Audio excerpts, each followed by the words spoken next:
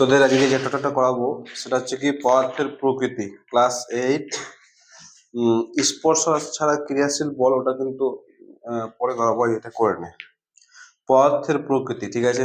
পদার্থের মানে পদার্থটা মানে পৃথিবীতে কত ধরনের পদার্থ আছে, কি কি আছে না আছে, একটু চেপে যা না তোরা। হ্যাঁ, বোর্ডটা দেখতেও সমস্যা হবে, একটু চেপে যা, নাহলে খুশি তুই এখানে চলে আয়। হ্যাঁ, পদার্থের প্রকৃতি। আচ্ছা, পৃথিবীতে যত ধরনের পদার্থ আছে তাদের যত ধরনের পদার্থ আছে কিনা 3 রকমের পদার্থ থাকে। কত রকমের? 3 রকমের।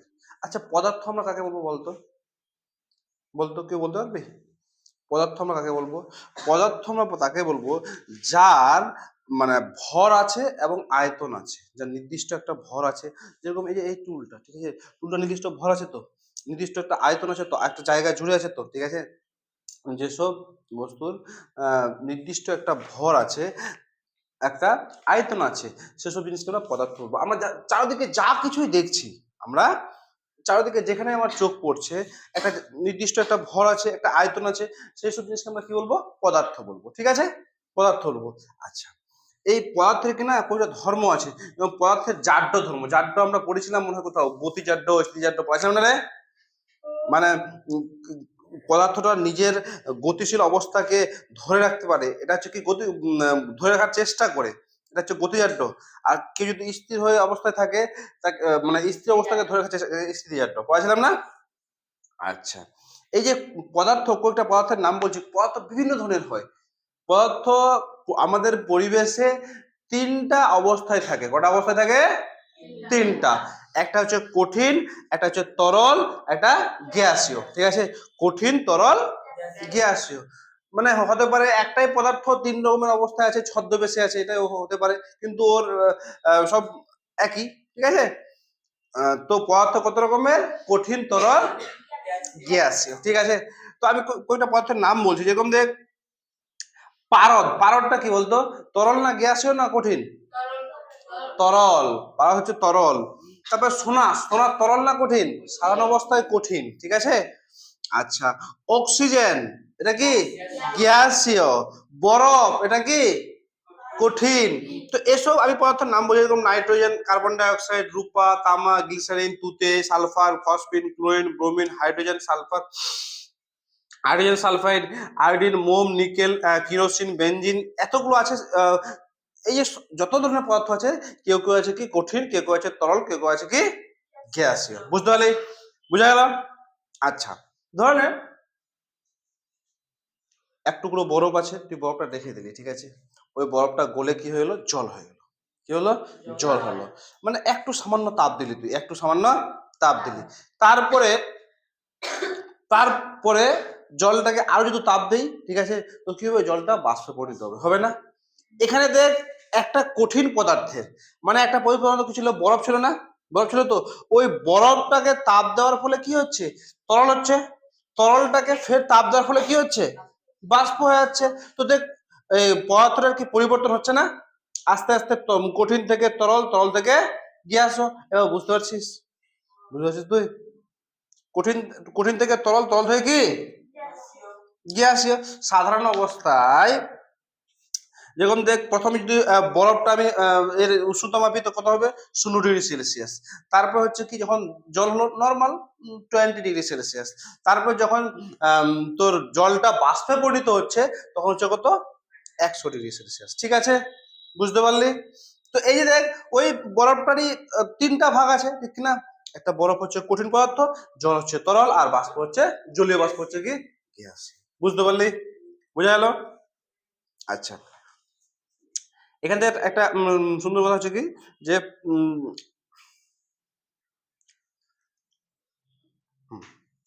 যে যতক্ষণ না সমস্ত বরফ, এই যে বরফগুলো, যতক্ষণ না সমস্ত বরফ গলে জলে পরিণত হয়, ততক্ষণ তাপমাত্রা কিন্তু কোনো পরিবর্তন হয় না, এটা একটা কথা।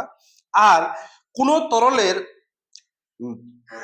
আচ্ছা, এটা কিন্তু খুব ইম্পর্টেন্ট কথা, কোন তরলের উপরিস্থিত, মানে তরলের উপরিটা উপরিস্থিত। আচ্ছা, আমি তোকে বলেছিলাম না, এই চাপ চাপ চাপ জিনিস বলেছিলাম না, বায়ুমণ্ডলের চাপ বলেছিলাম না? তোকে তো বলেছিলাম। বলো তোদের মধ্যে কেউ, বায়ুমণ্ডলের চাপ কত? বায়ুমণ্ডলের চাপ কত? প্রথম চ্যাপ্টারে পড়েছিলাম, ভুলে গেলে। তোর একটা বাটিতে করে আমি নলটা দিয়ে জলটা ভরলাম, তারপরে জলটা আর নিচ থেকে উঠছে, মানে পাইপে দেখছি যে একটু যাবার পর আর যাচ্ছে না সম্পূর্ণ। 9 তো নিউটন, ওটা তো 1 কিলো কেজির কি মাথা নাকি? তো একটা পাইপের মনে আসছে না এখনো, সব ভুলে গিলে খেয়ে নিয়েছিস। আরে ঘোচু, এই যে একটা বাটিতে এখানে জল ভরলাম, জলটা একটা পাইপ দিলাম, এখানে পাইপে এখানে জল ভরলাম, ঠিক আছে, আঙুলটা চিপে কিছু হচ্ছে না, যখন আস্তে আস্তে ভরছি, তো ভরতে ভরতে ভরতে ভরতে এখান থেকে জলটা এসে আর আসছে না। কেন আসছে না? এখানে আসছে না কেন? কারণ এখানে চাপ দিচ্ছে, বায়ু চাপ দিচ্ছে, ফলে আসতে পারছে না।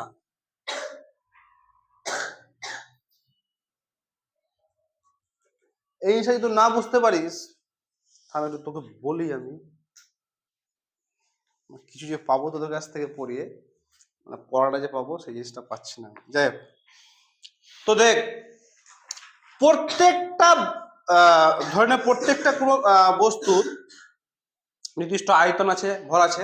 তো আমরা কি পড়ছিলাম তোর, হ্যাঁ, এই যে বরফ গলে জল হয়ে গেল, জলটা গলে মানে জলটা ফুটে বাষ্পে পরিণত হলো, ঠিক আছে, কত ডিগ্রি উষ্ণতায়?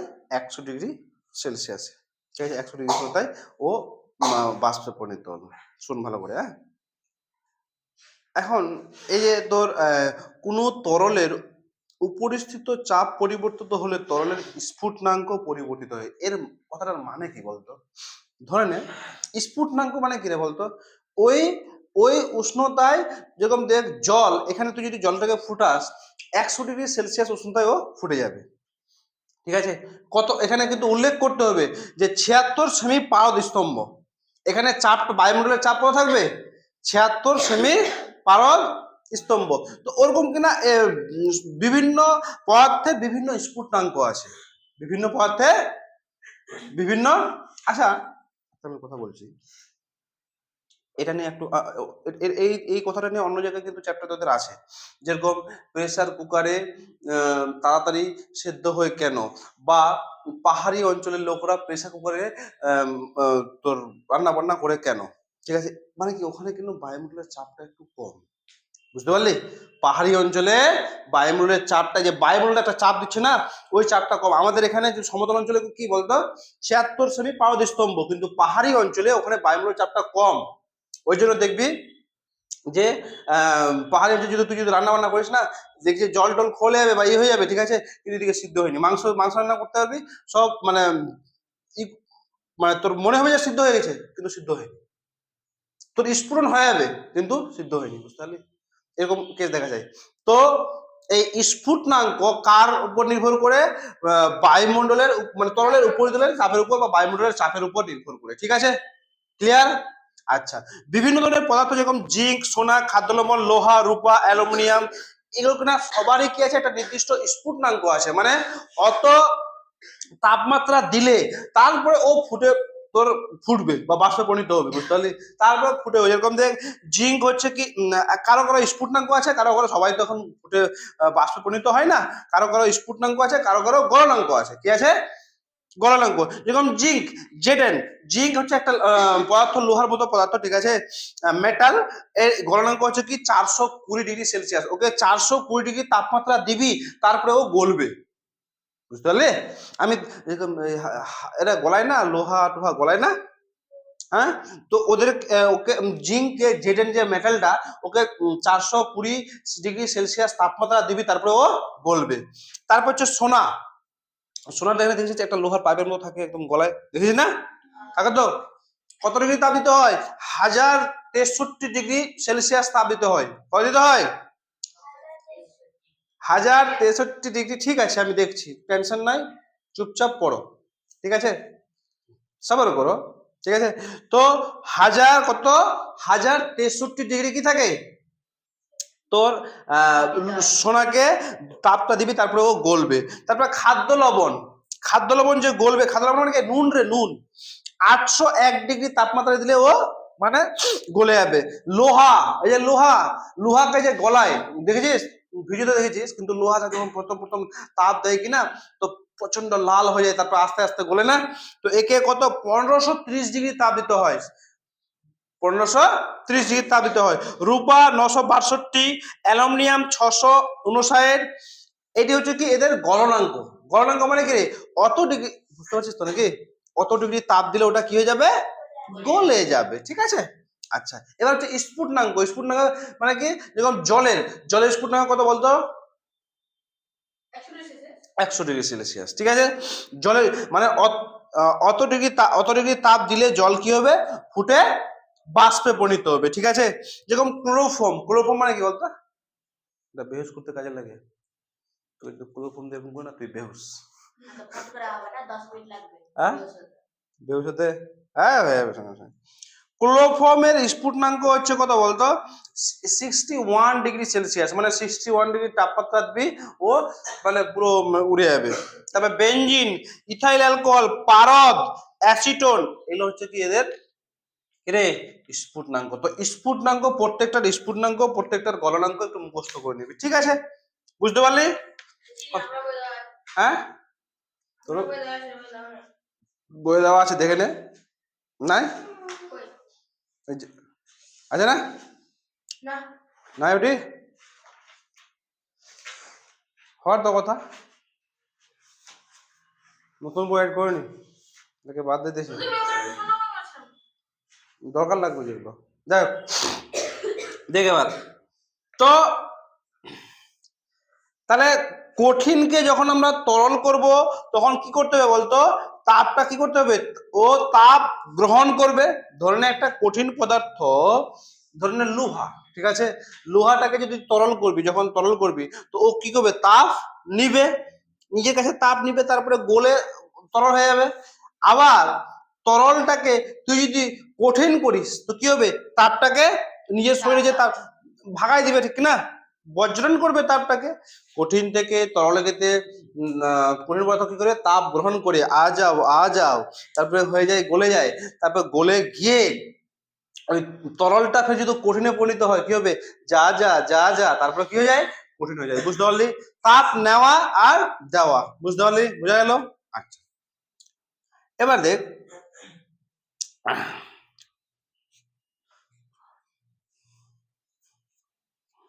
তোরা 56 পেজ বের করতো, ছবিটা না থাকলে কিন্তু। এই যে এটা এখান থেকে বের করে, এখান থেকে দেখি বইটা, দেখি ওইটা দেখি রে।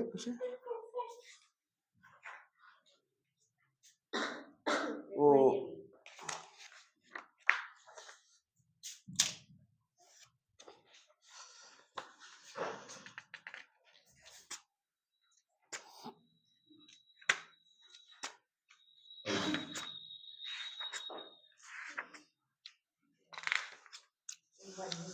$56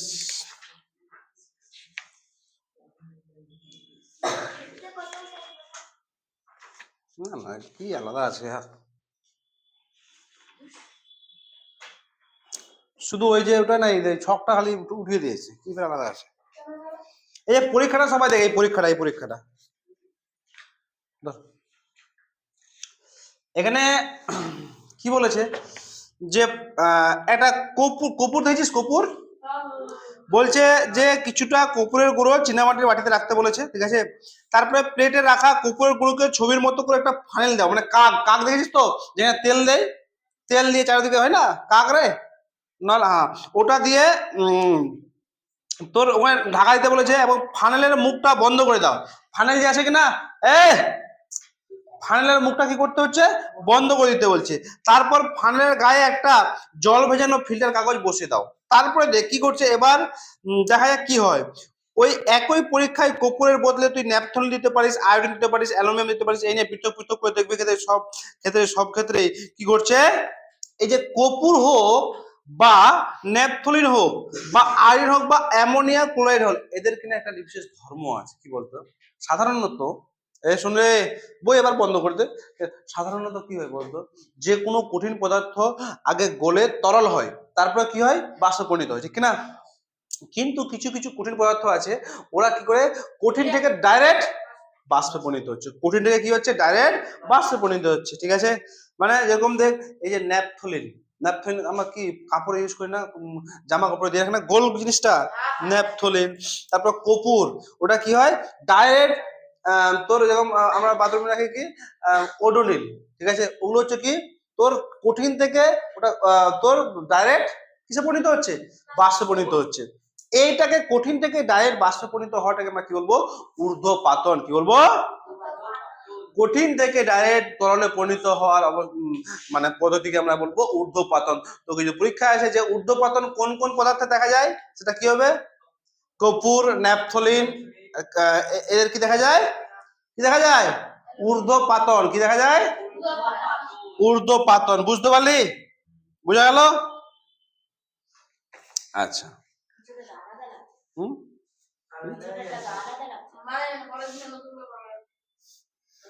নতুন পুরাতন বলে কিছু হয় না, একটু শুধু যে কিছু কিছু জিনিস উঠিয়ে দিয়েছে, আমি দেখলাম কালকে, লক্ষ্য করলাম, কোনো চাপ না, ঠিক আছে?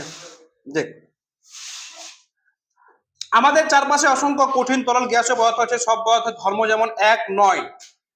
এবার ভালো করে বুঝবি, কিন্তু আমাদের চারপাশে কি আছে, কঠিন কঠিন গ্যাসীয় পদার্থ আছে, সব পদার্থের কিনা ধর্ম কিন্তু এক নাই, নিজস্ব যে একটা ধর্ম আছে, ওদের কিন্তু এক নাই। প্রত্যেক পদার্থের নিজস্ব একটা আলাদা আলাদা ধর্ম আছে, ঠিক আছে? যেরকম ধরনের আমাদের চারপাশে যতগুলো জিনিসপত্র আছে কিনা বা যতগুলো পদার্থ আছে, সবার কিন্তু ধর্ম এক না, সবার ধর্ম আলাদা আলাদা। যেরকম তুই লোহাকে যদি তাপ দিস, ও গরম হবে, আর কাঠকে তাপ দিলে কি হবে, জ্বলে যাবে। তো দুজনের ধর্ম আলাদা হলো না, হ্যাঁ, ঠিক কিনা? তো প্রত্যেকটা পদার্থের ধর্ম হচ্ছে কি আলাদা আলাদা। তো প্রত্যেক পদার্থের নিজস্ব কিছু কিছু বিশেষ গুণ বা বৈশিষ্ট্য আছে প্রত্যেকটা পদার্থের। আমাদের পৃথিবীতে যতগুলো আমরা দেখতে পাচ্ছি চারপাশে পদার্থ, সবার সব পদার্থের কিন্তু একটা নির্দিষ্ট গুণ বা একটা ধর্ম আছে, ঠিক আছে? একটা বৈশিষ্ট্য আছে, যার সাহায্যে পদার্থকে মানে অন্য পদার্থ থেকে আলাদা, ওই ধর্মের জন্যই একটা পদার্থ থেকে অন্য পদার্থকে আলাদা করা হয়। কি হয়, আলাদা করা হয়, মানে চেনা যায়, ঠিক আছে? চেনা যায় আলাদা পদার্থের এইসব গুণ বা বৈশিষ্ট্যকে আমরা কি বলবো, পদার্থের ধর্ম বলবো, ঠিক আছে? পদার্থ কি বলবো, মানে প্রত্যেক পদার্থের একটা নির্দিষ্ট বৈশিষ্ট্য বা ধর্ম আছে, যেই ধর্মের জন্য ওই পদার্থটাকে অন্যের থেকে আলাদা। এখানে যদি একটা লোহা পড়ে থাকে, একটা যদি তোর কাঠ পড়ে থাকে, তুই বুঝতে পারবি না এটা হচ্ছে লোহা, এটা হচ্ছে কাঠ, দেখেই তো বোঝা যায় নাকি? তো এই যে দেখে বোঝা গেল বা তাপ দিয়ে বোঝা গেল, এটা হচ্ছে ওই পদার্থের কি ধর্ম, এটা হচ্ছে কি ওই পদার্থের ধর্ম। ওই ধর্ম বা বৈশিষ্ট্যকে দেখে আমরা বুঝতে পারি যে তোর কি রে তোর ও বুঝতে পারি যে পদার্থটা কি, ঠিক না? এটাকে আমরা কি বলবো, তো পদার্থের ধর্ম হচ্ছে দু প্রকার। কত প্রকার? ভালো করে শুনবি, বুঝতে পারছিস তো নাকি কি বলছি? পদার্থের ধর্ম হচ্ছে কত প্রকার? দু প্রকার। একটা হচ্ছে ভৌত ধর্ম, একটা হচ্ছে কি ভৌত ধর্ম, আর একটা হচ্ছে কি রাসায়নিক ধর্ম। সুন্দর করে বুঝবি কিন্তু একদম। একটা হচ্ছে ভৌত ধর্ম, এবার ভৌত ধর্মটা কি আর রাসায়নিক ধর্মটা কি, এটা কিন্তু বুঝতে লাগবে, ঠিক আছে? ভৌত ধর্ম মানে হচ্ছে কি, যে কোনো পদার্থ আছে কিনা, ওকে বাইরে থেকে দেখে তুই বুঝতে পারবি যে হ্যাঁ এই পদার্থটা আছে, মানে বাইরের ওর বৈশিষ্ট্য। ভৌত ধর্ম মানে কি, ওর ভিতরের বৈশিষ্ট্য না, ওর বাইরের বৈশিষ্ট্য।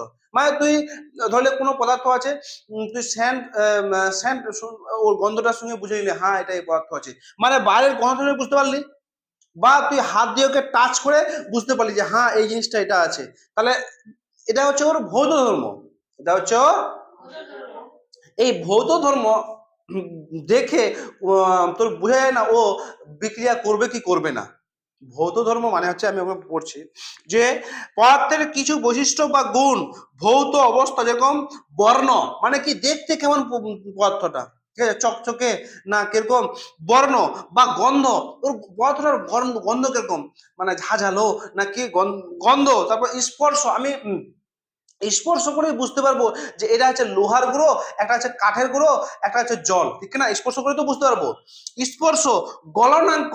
গলনাঙ্ক মানে আমি একটু আগে বললাম গলনাঙ্ক না, যে সব পদার্থের গলনাঙ্ক কিন্তু এক না, মানে একটা নির্দিষ্ট তাপমাত্রা আসবে, তারপর পদার্থটা গলে যাবে, জলের মতো হয়ে যাবে, ঠিক আছে, গলে যাবে, ঠিক না? একটা গলনাঙ্ক।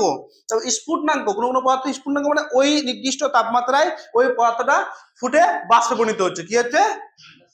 ফুটে বাষ্পে পরিণত হচ্ছে বা স্ফুটনাঙ্ক মানে কি ফুটছে। চৌম্বক ধর্ম, দ্রাবতা প্রভৃতি ধর্ম সাহায্যে পদার্থের বাহ্যিক অবস্থা মানে বাইরের অবস্থা, যে কোনো পদার্থের যখন আমরা বাইরের অবস্থাটা বুঝতে পারবো তখন এবং প্রকৃতির পরিচয় পাওয়া যায়, কিন্তু অভ্যন্তরীণ অণুর মানে ওর ভিতরের অণু যে কি আছে না আছে ওটা কিন্তু আমরা বুঝতে পারি না। বুঝতে পারলে? ওটা আমরা বুঝতে, কোনো পদার্থের যখন বাইরের চতুর্দিক বর্ণ, গন্ধ, দ্রাবতা, স্ফুটনাঙ্ক, গলনাঙ্ক এগুলো আমরা বাইরে থেকে বুঝতে পারি, বাইরে থেকে জানতে পারি, ঠিক আছে, কিন্তু ভিতরের অণুর গঠন জানা যায় না। তোর ভিতরে কি আছে মানে ভিতরের যে মনের ভিতরে কি চলছে ওর, ওটা কিন্তু জানা যায় না। পদার্থের রাসায়নিক বিক্রিয়া অংশগ্রহণ করবে কিনা, ওই পদার্থটা কোনো রাসায়নিক বিক্রিয়া ধরলে ওর ও আছে অন্য পদার্থ দেখছি, তুই দেখছিস যেটা লোহা আছে, কেউ ধরছে লোহার রং করে দিয়েছে কাঠটাকে, ঠিক না? বুঝতে পারবি লোহাটা ধরলে একজনের সাথে রাসায়নিক বিক্রিয়া করে মরচে পড়বে, ঠিক আছে?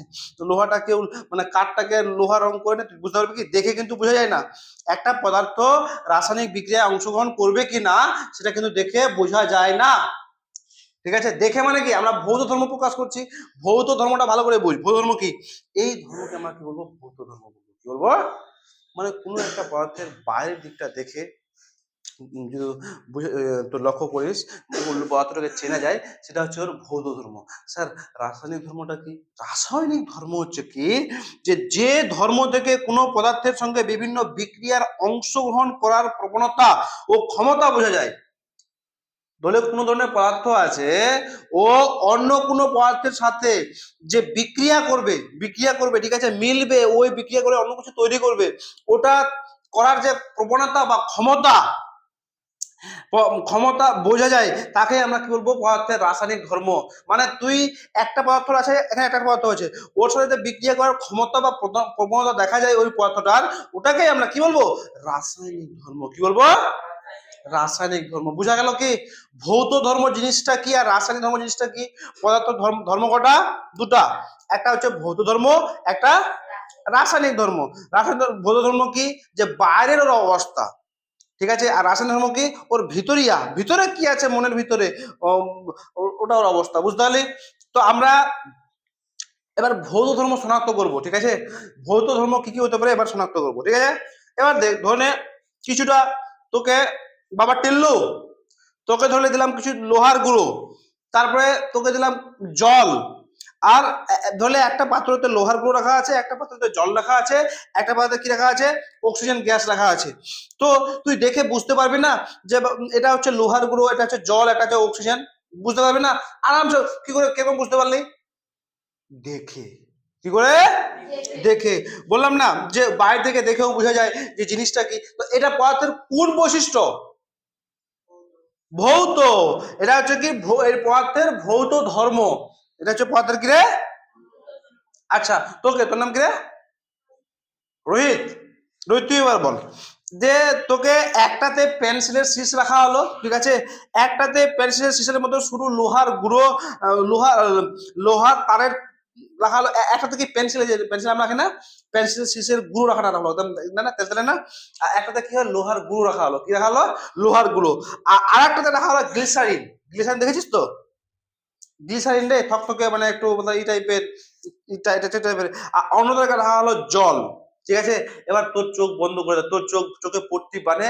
এবার চারটা পাত্রে, একটাতে কি আছে? লোহার গুঁড়ো আছে, একটাতে আছে পেন্সিলের শীষ আছে, একটাতে আছে জল, আর একটা আছে গ্লিসারিন। তো তুই চোখ বন্ধ করে বুঝতে পারবি কি যে কোনটাতে লোহার গুঁড়ো আছে, কোনটাতে পেন্সিলের শীষ আছে, কোনটাতে জল আছে, কোনটাতে গ্লিসারিন আছে? বুঝতে পারবি?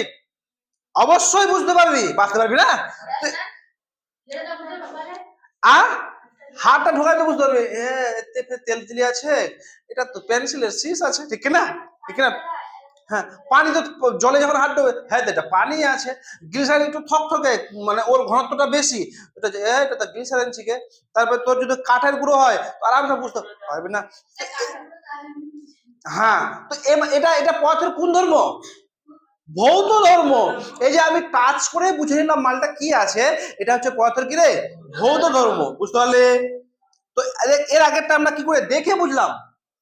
দেখলাম যে মালটা কি আছে, দেখে এটা হচ্ছে টাচ করে বুঝতে পারলাম, মানে ওই মানে পদার্থগুলোর বাইরের অবস্থা দেখে আমরা বুঝতে পারছি। মানে এগুলো এগুলো কিসের উদাহরণ? ভৌত ধর্মের উদাহরণ। কিসের উদাহরণ? ভৌত ধর্মের উদাহরণ। ঠিক আছে, বোঝা গেল কি? তো এখান থেকে বোঝা গেল যে আমরা দেখেও বুঝতে পারি, আমরা স্পর্শ করেও টাচ করেও বুঝতে পারি পদার্থটা কি আছে। এবার এবার দেখ, ধরে নে তোর পাত্রে একটা ন্যাপথলিনের কি ন্যাপথলিনের গুঁড়ো, অন্যটাতে কোকোর গুঁড়ো দেওয়া হলো। তুমি পদার্থ থেকে অন্য কোনো ভৌত ধর্ম ব্যবহার করে শনাক্ত করবে। ঠিক আছে, তোকে দিল এক জায়গায় ন্যাপথলিনের গুঁড়ো, একদিকে দিল কর্পূরের গুঁড়ো, তুই কিভাবে বুঝতে পারবি বলতো? হ্যাঁ, ঘ্রাণ শুঙে শুঙে কর্পূর দেখে, এটা তো ন্যাপথলিন ছে, এটা তো কি আছে? কর্পূর আছে, তো আরামসে বুঝতে পারবি না? তো এখানে তুই স্যান্টটা শুনে বুঝতে পারছিস, মানে এটা ওই পদার্থের কোন ধর্ম? ভৌত ধর্ম। বুঝতে পারলি ব্যাপারটা? তুই স্যান্টটা শুনে বুঝতে পারছিস মালটা কি আছে, তো এটা পদার্থের কোন ধর্ম? ভৌত ধর্ম। এবার দেখ, তারপরে আবার তোকে চারটা জিনিস দেওয়া হলো। একটাতে দেওয়া হলো কি কিরোসিন, একটাতে দেওয়া হলো পেট্রোল, একটাতে দেওয়া হলো সরষার তেল, একটাতে দেওয়া হলো নারিকেল তেল। হ্যাঁ, তাহলে এটাতে কিভাবে বুঝতে পারবি? এটাও কিন্তু একটু কষ্ট হলো, তুই বুঝতে পারবি কি সেন্টটা শুনে বুঝতে পারবি। কিরোসিনের সঙ্গে বুঝতে পারবি না, কিরোসিন আছে কিরাসিন আছে সেটা। তারপরে তোর এই যে পেট্রোল, পেট্রোল আরামসে বুঝতে পারবি। সরষার তেল তো আরাম গন্ধ তো একটা করবে, ঠিক কিনা? ঠিক আছে, তারপর তোর তারপর তোর কি রে, নারিকেল তেলও একটা গন্ধ করে। তো আমরা এটা তোর সেন্টটা শুনে আরামসে বুঝতে পারবো যে পদার্থটা কি আছে। তো পদার্থটা কোন ধর্ম? ভৌত ধর্ম। ঠিক আছে, তারপরে দেখ, তারপরে তোকে দেওয়া হলো কি অ্যামোনিয়া, আর দেওয়া হলো কি হাইড্রোজেন সালফাইড। অ্যামোনিয়া আর হাইড্রোজেন সালফাইড। প্রত্যেক গ্যাসীয় পদার্থে কিছু পদার্থের আলাদা বিশেষ একটা গন্ধ আছে। ঠিক আছে, অ্যামোনিয়াটা একটা পদার্থ। এই যে অ্যামোনিয়াটাকে না কার মতো বলতো? একদম ঝাঁঝালো গন্ধ। পেশাবের যে গন্ধটা হয় কিনা, কেউ যদি পেশাব করে আসে, বাথরুমে জল না দেয়, যে গন্ধটা উঠে আসে বাথরুম থেকে, সেটা হচ্ছে কি তোর একদম ঝাঁঝালো গন্ধ। ওই অ্যামোনিয়ার মতো আমাদের পেশাবে কি আছে? অ্যামোনিয়া আছে না, অ্যামোনিয়া ইউরিয়া আছে। তো ওই পেশাবের গন্ধটা হচ্ছে কি, যে ঝাঁঝালো গন্ধটা, ওখানে ওটা কিসের গন্ধ? অ্যামোনিয়ার গন্ধ। ঠিক আছে, তো তোকে যদি বলে অ্যামোনিয়ার গন্ধ কি ঝাঁঝালো, অ্যামোনিয়ার গন্ধ হচ্ছে কি। তারপর আরেকটা হচ্ছে কি হাইড্রোজেন সালফাইড। আচ্ছা, ডিম, পচা ডিমের মতো গন্ধ, এটা হচ্ছে পচা, যখন ডিম পচে যায় না, ডিম যেটা পচে যায়, ওই পচা ডিমের মতো গন্ধকার হাইড্রোজেন সালফাইড কি রে? Hydrogen sulphide. তো এখান থেকে আমরা যদি আমি যে কোনো একটা জিনিস দিল তোকে, ধর ধরে খুশিটা কিরকম গন্ধ রে, পচা ডিমের মতো গন্ধ করছে, এর মানে কি? এটা হচ্ছে হাইড্রোজেন সালফাইড। তোকে একটা জিনিস দেওয়া হলো, আসলে ধর ধরে গন্ধ করতে, মুতের মতো গন্ধ করছে, এর মানে কি? না, এর মানে কি? ওটা অ্যামোনিয়া আছে। ওটা কি আছে বাবু? অ্যামোনিয়া আছে, ঠিক কিনা? বুঝতে পারলি? বোঝা গেল? তারপরে দেখ, এবার এই ভীমকে বললাম, ভীম তুই নিয়ে আয় চোখের গুঁড়ো, আর চোখের গুঁড়ো, আর একে বললাম রোহিতকে তুই নিয়ে আয় চিনি, আর দুটা গ্লাসে, হ্যাঁ দুটা গ্লাসে 2 চামচ করে, 2 চামচ দিলাম চোখের গুঁড়ো, আর 2 চামচ দিলাম চিনি। ঠিক আছে, চিনির গুঁড়ো। ঠিক আছে, দিয়ে করতে করতে ঘুরে দিলাম। কিছুক্ষণ পরে দেখলাম যে চোখের গুঁড়োটা কি গুলেছে? চোখের কি গুঁড়োটা গুলবে? না। চিনি গুঁড়োটা গুলবে? হ্যাঁ। তো এখান থেকে তুই দুটা জিনিসের মধ্যে যদি পার্থক্য বের করিস, বা দুটো জিনিসের কি দেখতে পারি বলতো? এদিকে চকের গুঁড়ো আর চিনির গুঁড়োর মধ্যে চিনির গুঁড়োটা মিলে গেল, কিন্তু চকের গুঁড়োটা মিললো কি না। তো এটা, এই ধর্মকে বলা হয় দ্রাবতা। আমরা বললাম না, এই যে ধর্মটা, এই ধর্মটাকে বলা দ্রাবতা। ঠিক আছে, মানে দ্রবীভূত হবার ক্ষমতা। তো চিনির এখানে কি, চিনি তাহলে কি জলে দ্রবীভূত হয়ে গেল, চিনিটা কি হলো, জলে দ্রবীভূত হলো, কিন্তু চকটা কি দ্রবীভূত হলো না। এটা ওই পদার্থের কোন ধর্ম? আরে ভৌত ধর্ম রে। তো এই যে চিনি জলে গুলে যাবে, ঠিক আছে, তো চিনি কি জলে দ্রাব্য, চিনি জলে কি দ্রাব্য, আর চকের গুঁড়ো আর জল চিনি কি গুঁড়োতে গুলবে কি না, তাহলে চকের গুঁড়ো জলে কি অদ্রাব্য, কি রে বুঝতে পারছিস তো ব্যাপারটা? চকের গুঁড়ো হচ্ছে তো জলে অদ্রাব্য, মানে দ্রবীভূত হয় না, গুলে যায় না, চকের গুঁড়ো গুলে না, ঠিক আছে। একই রকম ভাবে যেরকম চিনি, ন্যাপথলিনের গুঁড়ো, ন্যাপথলিনের গুঁড়ো, নুন, কর্পূরের গুঁড়ো, ঠিক আছে, নুনটা যখন জলে গুলে যাবে, কিন্তু কর্পূরের গুঁড়ো কিন্তু জলে গুলবে না। তুতের গুঁড়ো, সালফারের গুঁড়ো নিয়ে করে দেখো, ঠিক আছে, এগুলো পরীক্ষা করতে বলছে, তো বুঝতে পারলে ব্যাপারটা?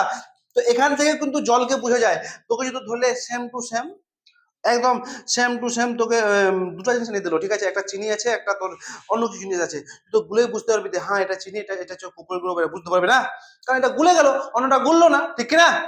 কেউ আছে জলে, তো চিনির যে জলে গুলে যাওয়ার যে জিনিস মানে প্রবণতা, ওটা হচ্ছে ওর কোন ধর্ম? ভৌত ধর্ম। কোন ধর্ম? ভৌত ধর্ম। এবং আমি কয়েকটা বলছি, যেরকম চিনি জলে দ্রাব্য, নুন জলেও দ্রাব্য, কিন্তু কর্পূর সামান্য দ্রাব্য, তুতে দ্রাব্য, সালফার কিন্তু জলে অদ্রাব্য। সালফার তো হাজার তুই জলে ডুবাই ঘুরাই দেয়, কিন্তু কখনো কি হবে না, গুলবে না, ও দেখবে নিচে নিচে থেকে যাবে, ঠিক আছে। দেখুন যে হুম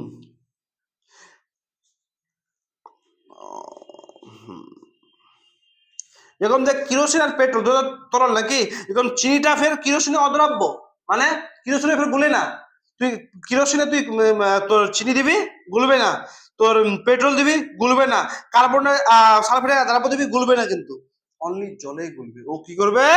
অনলি, যেরকম নুন, নুনটা কিন্তু জলে জলে গুলবে, কিন্তু কিরোসিনে গুলবে না, পেট্রোলে কিন্তু গুলবে না, জানিস তো এটা?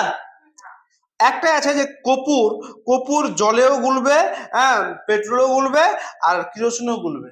মুখস্থ করে রাখবে, হ্যাঁ, যে কর্পূর এমন একটা পদার্থ যে জলেও দ্রাব্য, এসে দ্রাব্য, এটা ঠিক আছে, বুঝা গেল? আচ্ছা, এবার দেখ, এবার তোকে দুটো জিনিস দেওয়া হলো, কি কি? এ আর বি দু রকমের একই রকম রং করা টুকরো, লোহার টুকরো দেওয়া হলো। দেখ, একটা তোকে দেওয়া হলো কি তামার টুকরো, একটা কি দেওয়া হলো, দুটা টুকরো দেওয়া হলো, একটা ধরে লোহার টুকরো, ধরে লালটা হচ্ছে কি লোহার টুকরো, আর কালোটা হচ্ছে কি তামার টুকরো, ঠিক আছে, তোকে দেওয়া হলো। এবার দিয়ে কার মধ্যে চৌম্বক ধর্ম আছে, তোকে এটা বললো যে বের করতে, কার মধ্যে চৌম্বক ধর্ম আছে, কি করে বের করতে পারবি? কি করতে হবে? চৌম্বক, যে চৌম্বক আছে চৌম্বকটা এর পাশে নিয়ে আসতে হবে। যদি আকর্ষণ বা বিকর্ষণ ক্ষমতা থাকে, যার আকর্ষণ বা বিকর্ষণ ক্ষমতা থাকবে সেটা হবে লোহা, আর যার আকর্ষণ বা বিকর্ষণ ক্ষমতা থাকবে না সেটা হবে কি, ঠিক আছে। তো এখানে আমরা এই যে লোহা বা তামার যে ধর্মটা, এটা কোন ধর্ম? ধর্ম, ঠিক আছে। এই যে ধর্মটা চৌম্বকগত ধর্ম যাকে বলা হয়, এটা কোন ধর্ম? চৌম্বক ধর্মটাও এর হচ্ছে কি ভৌত ধর্ম, বুঝতে পারলি? আমরা কিন্তু রাসায়নিক ধর্ম কিন্তু এখনো আসেনি, ঠিক আছে। হ্যাঁ, এরকম নিকেলের কি আছে চৌম্বক ধর্ম, যতগুলো মেটাল আছে কিনা, তো সবার কিনা কারো করে কিন্তু চৌম্বক ধর্ম আছে, মানে চৌম্বককে আকর্ষণ করবে, কারো করে চৌম্বককে আকর্ষণ করবে না। যেরকম নিকেল আছে, কোবাল্ট, কোবাল্টের চৌম্বক ধর্ম আছে, চৌম্বক ধর্ম কিন্তু পড়তে হবে ভালো করে, ঠিক আছে, বুঝতে পারলি? আচ্ছা, তারপরে হ্যাঁ, এবার হ্যাঁ, এখানে বলছে এ বি সিটে চারটা পাত্রে পদার্থ আছে, ঠিক আছে, চারটা পদার্থ আছে। এরকম এ বি হচ্ছে কি কঠিন পদার্থ, হ্যাঁ, আর সিডি হচ্ছে কি দুটো বিশুদ্ধ তরল পদার্থ। এ বি সিডি দুটো পদার্থ আছে, নাম বলেনি, নাম বলেনি। এ বি সিডি একটা চারটা পদার্থ আছে, এ বি হচ্ছে তোর কঠিন পদার্থ, সিডি হচ্ছে তোর বিশুদ্ধ তরল পদার্থ। তো তোকে এ বি যে কঠিন পদার্থটা আছে বুঝলি, দেখ রে, এ বি যে কঠিন পদার্থটা আছে তাদের স্ফুটনাঙ্ক বলে দিয়েছে, গলনাঙ্ক। তো পদার্থে এ বি পদার্থের গলনাঙ্ক হচ্ছে কি 659 আর 1063। এবার বলতে হবে এ বি পদার্থটা কি বলতো? এটা তো তোদের দেওয়া নাই, কিন্তু এটা তো কোশ্চেন আছে, আছে না? তো অতএব আমি যে এখনই পড়লাম স্ফুটনাঙ্কটি, এ বি দুটা ধরে নে, A B, A B C D চারটা পদার্থ আছে, বুঝতে পারলি? আর এদের এদের এই বলে দিয়েছে, কি বলেছে বলতো? গলনাঙ্ক বলছে, এর গলনাঙ্ক হচ্ছে কি গলনাঙ্ক, গলনাঙ্ক বলে দিয়েছে। এর গলনাঙ্ক হচ্ছে কত? 659 ডিগ্রি সেলসিয়াস। আর বি এর গলনাঙ্ক হচ্ছে কি 1063 ডিগ্রি সেলসিয়াস। ঠিক আছে, লোহার গলনাঙ্ক এটা 1500 উপরে আছে। আর সি এর স্ফুটনাঙ্ক কি রে? সি এর স্ফুটনাঙ্ক কত বলেছে রে? স্ফুটনাঙ্ক 78.3 ডিগ্রি সেলসিয়াস। আর এটা 56 ডিগ্রি সেলসিয়াস। বল এই পদার্থের নাম কি? এই পদার্থের নাম কি? এবিসিডির নাম কি? বি এর সোনা লাগছে। এটি হচ্ছে কি? এটি হচ্ছে এটা হচ্ছে গলনাঙ্ক, এটা হচ্ছে স্ফুটনাঙ্ক। ঠিক আছে, স্ফুটনাঙ্ক কি মানে ফুটে বাষ্পীভূত হবে, আর গলনাঙ্ক কি এতটুকু তাপ দিবি তারপরে ও কি হবে? গলবে। ঠিক আছে, তা বলে দিচ্ছি এক্ষুনি। ঠিক আছে, তো এই সবটা মুখস্থ করবি, তোদের নাই তবু কোন রকম কারেক্ট এই সবটা মুখস্থ করতে হবে। এটা তো গলনাঙ্ক স্ফুটনাঙ্ক তো তোদের বইয়ে আছে, ঠিক না? যেরকম দেখ এখানে 659 কি আছে? অ্যালুমিনিয়াম। এই যে এই পদার্থটার নাম হচ্ছে কি? অ্যালুমিনিয়াম। ঠিক আছে, হ্যাঁ,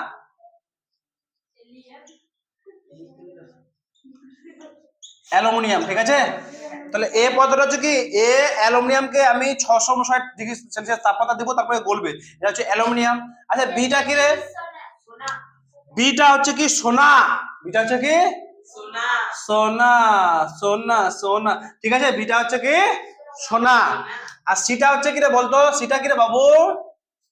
78 ডিগ্রি ইথাইল অ্যালকোহল। এই ইথাইল অ্যালকোহল এটা হচ্ছে কি?